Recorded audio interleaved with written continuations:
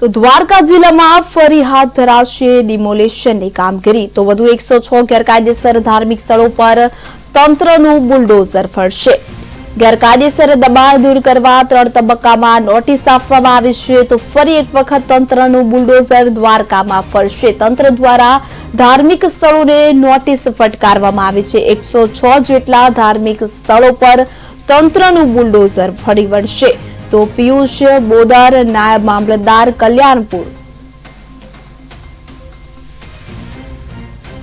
તો તાલુકામાં ફરી એકવાર બુલડોઝર ફરી વળશે। 106 જેટલા ધાર્મિક સ્થળો પર તંત્રનું બુલડોઝર ફરી વળશે। ગેરકાયદેસર દબાણો દૂર કરવા માટે 3 તબક્કામાં નોટિસ આપવામાં આવી છે। તો ડિમોલિશનની કામગીરી હાથ ધરવામાં આવનાર છે। ગેરકાયદેસર ધાર્મિક સ્થળો પર તંત્ર દ્વારા બુલડોઝર ફેરવવામાં આવશે। તો તમામને જે ધાર્મિક સ્થળો છે ત્યાં નોટિસ ફટકારવામાં આવી છે।